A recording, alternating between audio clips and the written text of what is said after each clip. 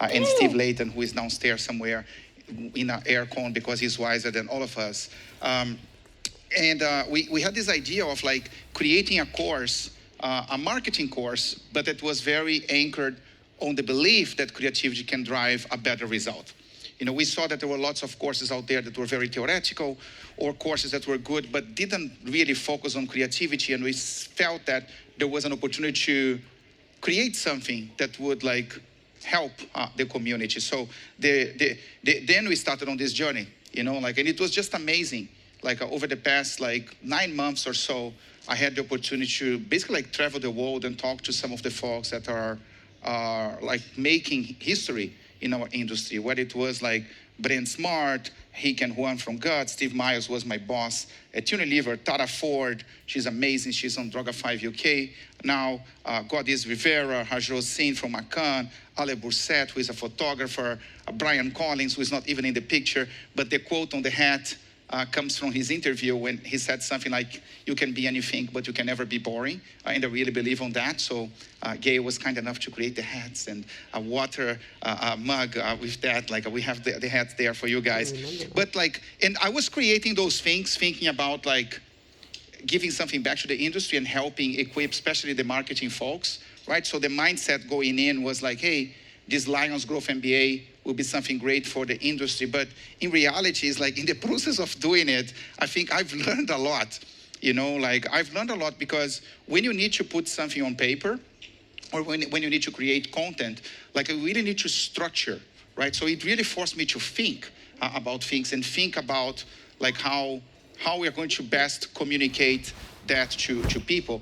Like not just think, but like just working with the team that was behind the course, like PKR, who I just see it here, who really helped making sure that all the madness that that we had was making sense and was very didactic. I ended up learning a ton, learning from my own mistakes, reflecting on things that if I could go back in time, I wish I could do differently. Learning from things that I've heard from the people I interviewed, and there were loads of people all over the globe. So this presentation is basically like a little bit of the reflections, around that. And I call marketing 7 deadly sins because we try to structure like a S 7 deadly sins. I cheated a little bit in one. I hope that's okay. And it's some sins that I committed myself, and other sins that I see my team or that people that I interviewed like seem to be bubbling up to the top as things that marketing people do that may get into the way of doing the best creative work. So this is what I'm here to share with you guys today. So jumping straight in, first sin is vanity, which is not really a sin. Like the real sin is lust, but I thought lust would be a bit weird, so I changed to vanity. That's the one I cheated a bit. And vanity is a sin that I see happening a lot. I tend to not fall as much for this one. I would like to believe on that, but like I see it happening a lot. And the most common moment it happens is when new CMO comes in or new head of marketing or new senior marketing comes in, and the person thinks that he or she can change everything about the brand. It's almost like, okay, let's change the tagline, let's change the agency, let's change the logo, let's change the visual identity, change everything. And I consider that a sin because I always every time I start working on a new brand, I start with under the assumption that people who were there were pretty damn smart. That's why I want to work with that brand, because they built something amazing, right? If you think about a brand like Dove, born in 1957, or a brand like Burger King, born in 1954, there is history behind those brands. So I think that many times when people come in and they trash talk the work that has been done before, or they believe that they can lock themselves in a room and do a brainstorm with a flip chart and come up with stuff that's much better than that has ever been done before, that's a huge mistake. The first thing you should do is to understand the brand. And this is just an example, right? I picked Burger King because a brand that's near and dear to my heart, but Burger King had this logo with the burger, right? And Burger King written in the middle since 1969. Between 1993 and 1994, they did a touch up, but you can almost not see Like now you can because I told you, right? But it's basically like very consistent, like over the entire time. But then someone at some point had the brilliant idea of completely changing the logo, right? To something that's very different. And with a style that's very timely to that moment, which when you do that, things don't age so well. You know what I mean? Like, and that's exactly what happened. When I joined BK with Rafa Abreu, who was my head of design, and now he's the head of design for Coca-Cola, super talented guy, and JKR, which was our agency doing the design work for BK, we used to say that this logo looked like a gas station logo, right? And we even tweaked it a bit. Like Rafa did that on his Photoshop. And he went one step further. He actually mocked up to show that it does work. You know, like it works really well. Like you could never tell that was like a burger shop, right? But it's a problem. Like, because clearly people didn't understand that there was so much heritage on that logo from before. In fact, Ed Week, I think, did a research where they asked people to draw the logo from Burger King. And even though that this gas station logo has been the logo for many years, people would draw the old logo. They would not draw especially because the new one is like very hard to draw anyway. And people would remember the old logo. And it's funny because if you look and think about the amazing work we did for Burger King, a lot of our amazing work was bringing stuff from the past back, you know, like, and making a little bit more modern by understanding the heritage of the brand. So we basically brought the old logo back, right? I mean, we changed the proportions a little bit. We made it a bit neater, like the buns became more the proportion of the Whopper. We brought the crown back. Like many countries and restaurants were not like mandatory to give away the crown, which is like a very powerful icon of the brand. We emphasized the Whopper. We brought the King out of retirement. We brought the subservient chicken out of retirement. We brought Have It Your Way back. We brought back chicken fries. The brilliant work of bringing great stuff back. You know, understanding the work that Crispin has done in the past. That was 10 years before my time. Talking to people like Rob Riley, Andrew Keller, Tiffany, Russ Klein, who was the CMO from Burger King 10 years before I joined, understanding the brand and trying to make that a little bit more modern, you know, and not being caught on the vanity of thinking that you can trash everything that has been done in the past and start again from scratch. I love this quote from Susan. Susan is one of the people that I interviewed for the program. Pay a lot of attention to creating equity and respecting equity. I should have underlined respecting equity. We interrogate the past, understand the present, and anticipate the future. That's precisely what we did for BK. That's a little bit what I did when I was at Vaseline. That's a little bit what we've done when I was at Dove. That's a little bit what I do every day working on some of the brands that I work with, Garner Station Partners, which is the private equity group I'm the operating partner at. Second sin, which is sloth. I always mispronounce that. I hope you understand. Well, it's written there, so you understand. Which basically, like, I describe as when you delegate decisions to research or do not fight for bold ideas. Like, I have no issue with research. On the contrary, like, she's laughing because she's laughing, but we need to talk about that later. I have an issue with how people use research, like, which is different. In fact, I like data because data helps me prove to the naysayers that creativity does drive a better result. You know what I mean? Like, so I welcome research. The problem I have is like when people do research to cover their assets, when people do research as an insurance, when people do research just to prove something to their bosses, like when people do research just to prove what they think. You know what I mean? It's very easy to do that, by the way, like to do research to give the result that you want. You know, like anyone who works in marketing for more than 2 years will know how to do that quite well, to choose the right research methodology and all that. So do research to learn, you know, and make things better. By the way, I still remember, this is from 2005, maybe, 2006. When I was working on Vaseline, BBH New York was the agency. I had like a dream team working with us, with BBH New York. Cash Schrick, Craig Smith, Emma Cookson was the planner, Sarah Thompson, like huge names in the industry. And I remember watching a presentation that they did once that was called the Wind Tunnel Marketing, right? And they were talking about how all car companies were kind of like designing the cars to do well on the wind tunnel, and how that was leading to all car designs look pretty much the same. And by the way, if you look at SUVs out there, with very few exceptions, they kind of look like all the same. When I order an Uber and it's an SUV, I need to check the plates, because if it's a Toyota, Honda, VW, they all look the same, especially if it's white, right? I mean, they look really the same. And the point of the presentation was that today we have access to so much information, so much research, and all the brands do the same type of research. Oh, you don't use Millward Brown, you use Ipsos. Like, I hope there is no one from research. I'm not criticizing you, don't take me wrong. But people have access to the data, so it's more important what you do with the data than just following blindly what the research is saying. I always tell people, if I were to do everything that the research is telling me to do, I would be better off replacing the marketing team with a research team, right? I mean, it would save a lot of money. But no, we have a marketing team that should think.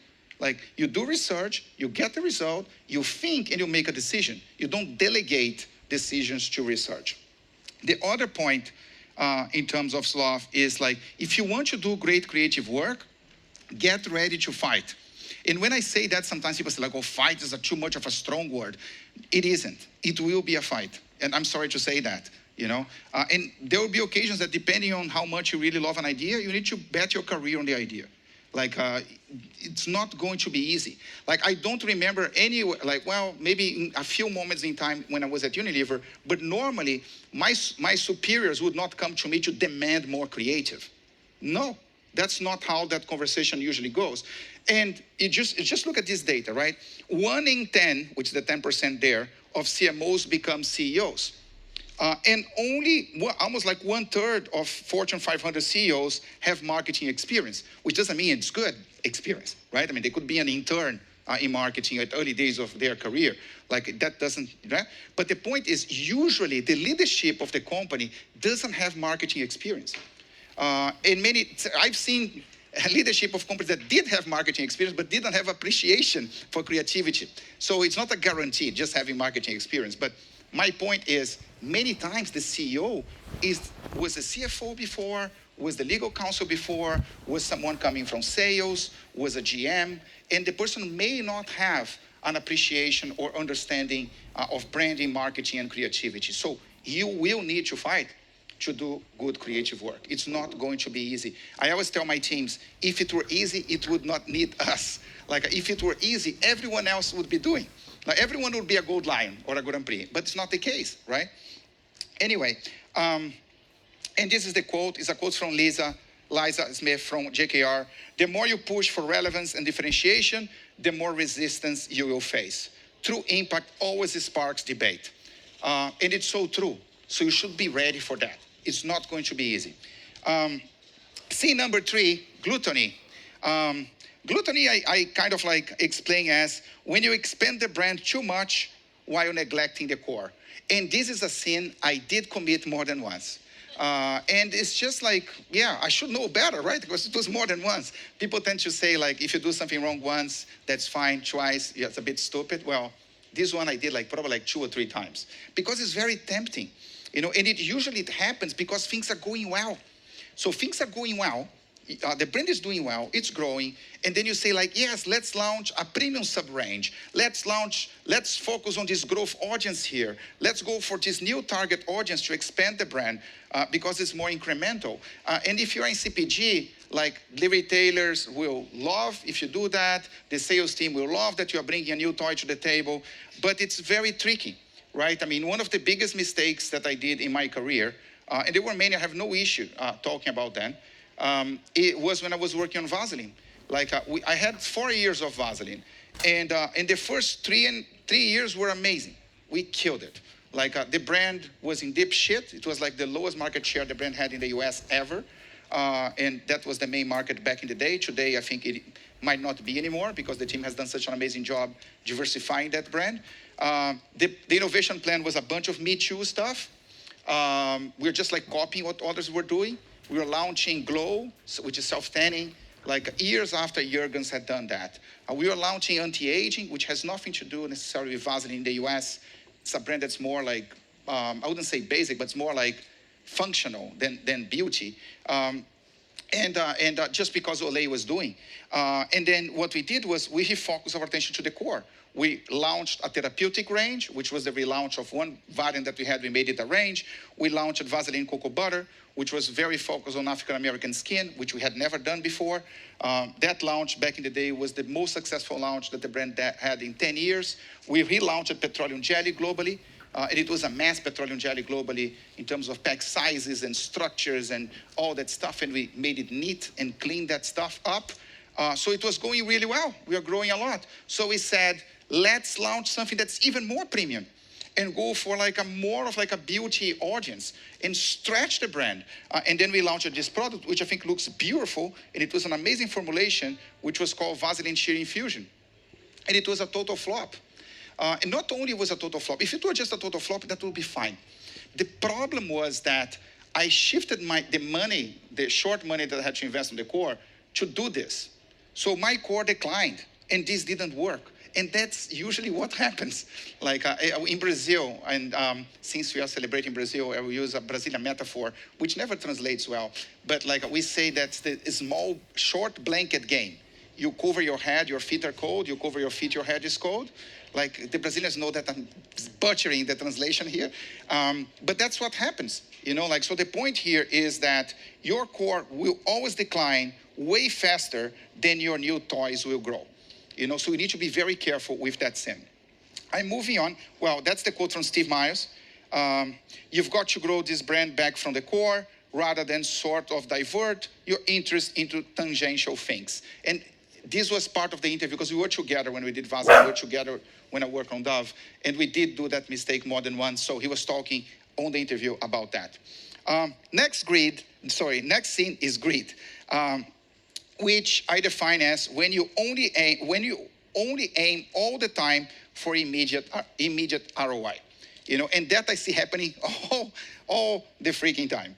And it brings me back to my days on Dove.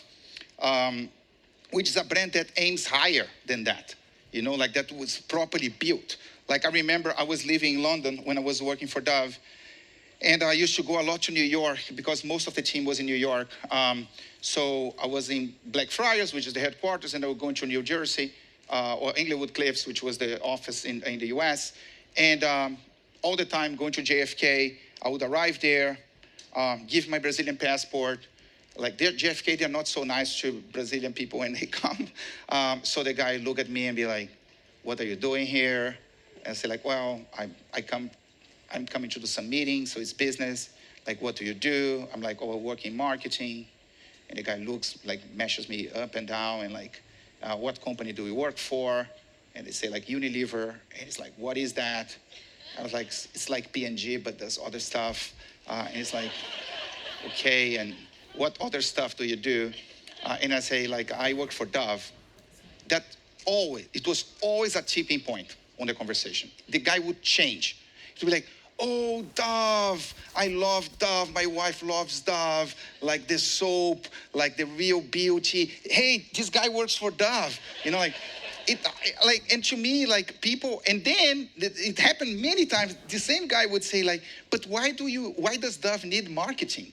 Everyone knows Dove." So it's almost the opposite. Like you understood the power that a brand can have, and at the same time, you're questioning why we need to invest. That's not how it works. You need to invest so that you have that type of reaction from people, But like in the meeting rooms, this is like what I've learned, right? I mean, there are different versions of this slide. Basically like the funnel of awareness to loyalty, awareness, familiarity, consideration, purchase, loyalty. But usually when I'm talking to my boss, who tends to be the CEO, the conversation is more like this, right? Is the funnel from purchase to more purchase, right? So all the conversations become, "But Fernando, prove to me that this is going to sell more tomorrow." Usually I say, "Well, if I could prove to you that everything I do will sell more tomorrow, I would probably not be working here." You know what I mean? Like I would be doing this stuff by myself, and making more money. And there are things that don't work that way. Building the brand takes time. Changing attributes, perceptions, changing the way people behave takes time. Sure, you need to find the balance. but it takes time. It cannot be just short term. You're not going to build a business and a brand if you just focus on the short term. I love this paper, the long and the short of it. Strongly recommend that you download and read, because it gives so much data and provides evidence that you need to build the brand as you are building the business. The two things go hand on hand. Like if you're only looking at the short term, and the yellow is basically like tactical promotion, short term activities. If you're just looking at the short term, sure, like a promotion wins. Like if someone comes to me, Fernando, we need to sell more burgers tomorrow, sure, 2 for 1. Like nothing will beat, no purple social media, nothing will beat a 2 for 1 for tomorrow. But you don't build a brand that way. And that's why you have the red line, which is the brand building long-term sales growth.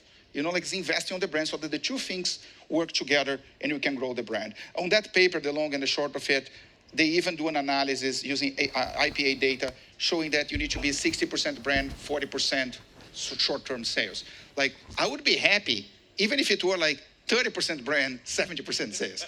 You know what I mean? Like most companies are like 5% brand or less and 95 sales. So don't aim for the 60-40 to start. You're not going to win that argument in your company. But aim to grow a little bit the brand investment, right? Every step in the right direction is a good step. And I think that this is one of the biggest dilemmas we have, as marketing people, how to balance short-term business results with the long-term relevancy of the brand. And I do believe that the best brands, they achieve their balance, but they achieve. Okay? Like when I joined Burger King, the brand was declining. I could not go and say, guys, why don't we invest millions of dollars to do this thing that will help the brand 5 years from now? Like the building was on fire. No one would engage on that discussion, right? So if you are on a brand that's not doing well, I would strongly recommend, just being honest with you, that you focus on the short term. And try to solve that. And then you start to build a credibility. And when situation's getting a bit better, then you build the other thing. So you need to achieve the equilibrium over time. If your brand today is 100% performance, 0% brand, you are not going to jump from that to a 60-40. So step by step, moving into the right direction. Quote from James Herman. I think James is here, right? In Cannes, he's talking, right? Strongly recommend anything James Herman, like his book about effectiveness and creativity is great. His book called Future Demand is great. He's coming up with a new one soon. And it can really help equip you to have some of these discussions, right? And he said, we have 2 jobs: convert existing demand and create future demand, which is the brand building part.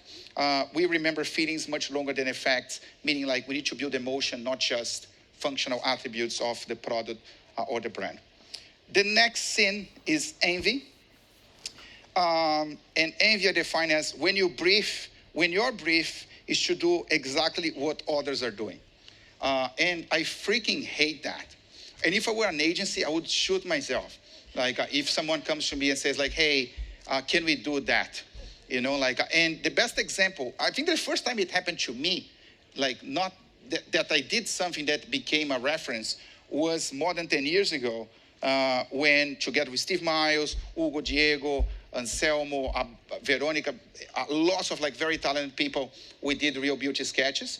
And I remember like all my agency friends calling me saying, like, Fernando, another client just came here and briefed us saying, give me a Real Beauty sketches, which is the shittiest brief that you can give.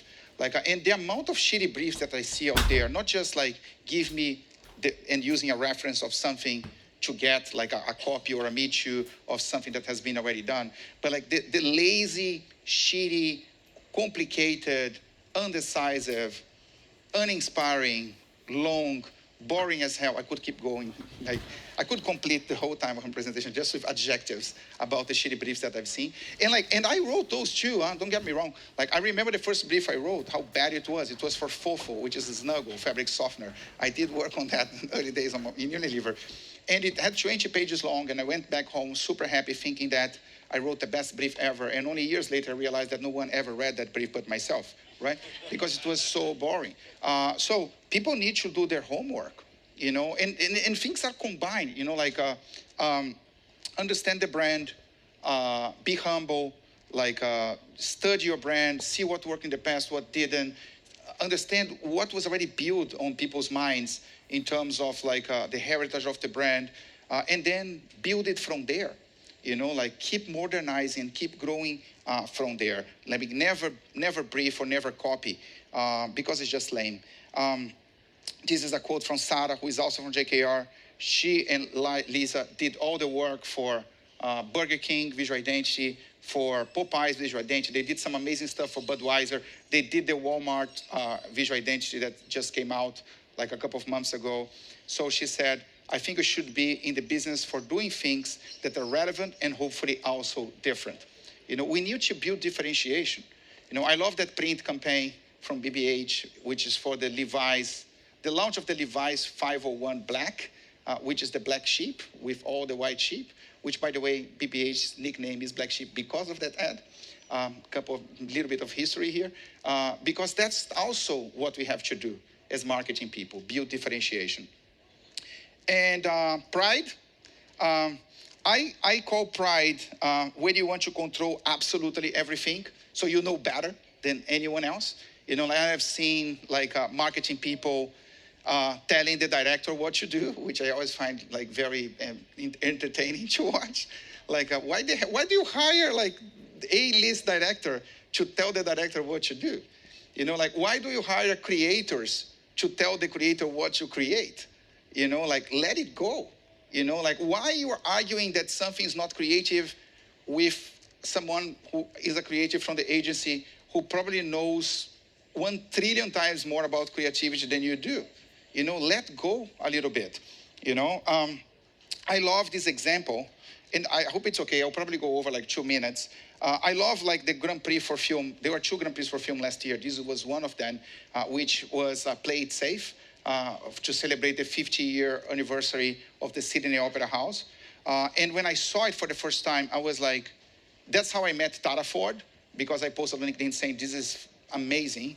And then they connected me to Tara. She was on the Monkeys, which was Droga 5, Sydney or Australia, and we ended up meeting there. And I was just like blown away by this. You guys probably all have seen this. I'm not going to play it here. But I was blown away by the collaboration behind. How the hell do you convince Tim Minchin, who is someone who has a strong point of view on things, to do things a certain way, to work with a director, and she's amazing, to work with all the dancers and the musicians and the guy who composed the thing? Like, how do you bring all that together? And I think that you bring all that together by allowing people to do what they are great at and not trying to intervene in every single little detail. Like when I spoke to Tim for the Growth MBA too, there is an interview with him. And he said that like when he came with the approach, his proposal, he said, guys, this is it, take it or leave it. You know what I mean? Like, oh, but I want to change. No, bye, fuck off. Sorry. Like, but that's how it is. If you want to work with someone like that. You cannot hire Juan Cabral and argue Juan Cabral on how many balls you should have on Sony Bravia Sony balls. You know what I mean? Like you cannot do that as a client. So if you're working with A-list people, and I hope you are, like let them do the work, And this is the quote from Tara. The last thing I was going to do is to tell Tim what to do. Trust the experts, trust the creators, relinquish control. And that's why she's so good at what she does. I think that was a Grand Prix in film. The year before, they won the Grand Prix in Titanium. Same agency, same people. It's not a coincidence that those things happen. And then the last one, just to wrap it up, is RAF, which I also probably mispronounce. When you let stress interfere with the way you treat others, look, I mean, we're all humans. We all have like our good and bad days. Like I had days that, and I'm very close to many of the agency guys that I work with. We play soccer together. We are friends with some of them. We are actually friends outside of the work. Like, look who is here. But like I had my bad days too. You know what I mean? If you have bad days at home with your wife and your kids or your husband, like this happens, we're all humans, right? But I think you need to be conscious about that. Like I need to be careful with that. Cause like we are all under a lot of stress. Like it's not easy. Like we need to deliver results. We have people who don't fully understand or value the things that we're doing. So the stress will build, you know.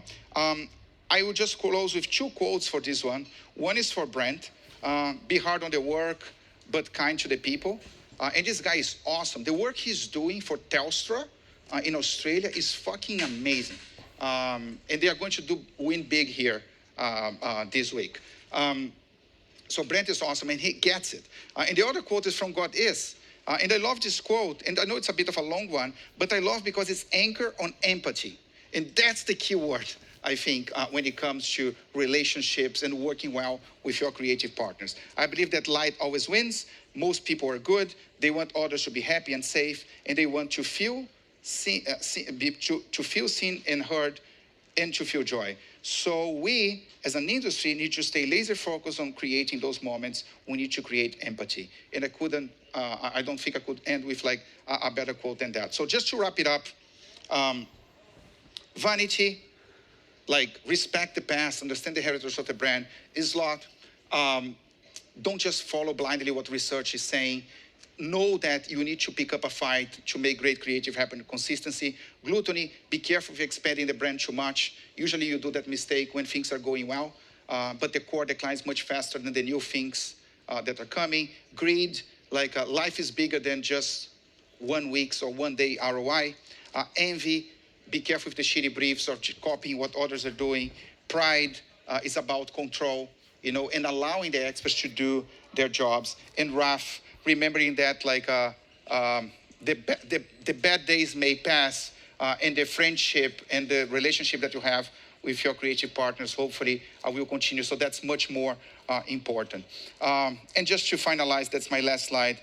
We all have our sins. The important thing is to learn from them and bounce forward, which is also a quote from Brian Collins. Don't bounce back, bounce forward. And that's all I had for you guys. Thank you so much. Thanks for enduring the heat. Thank you. Thank you.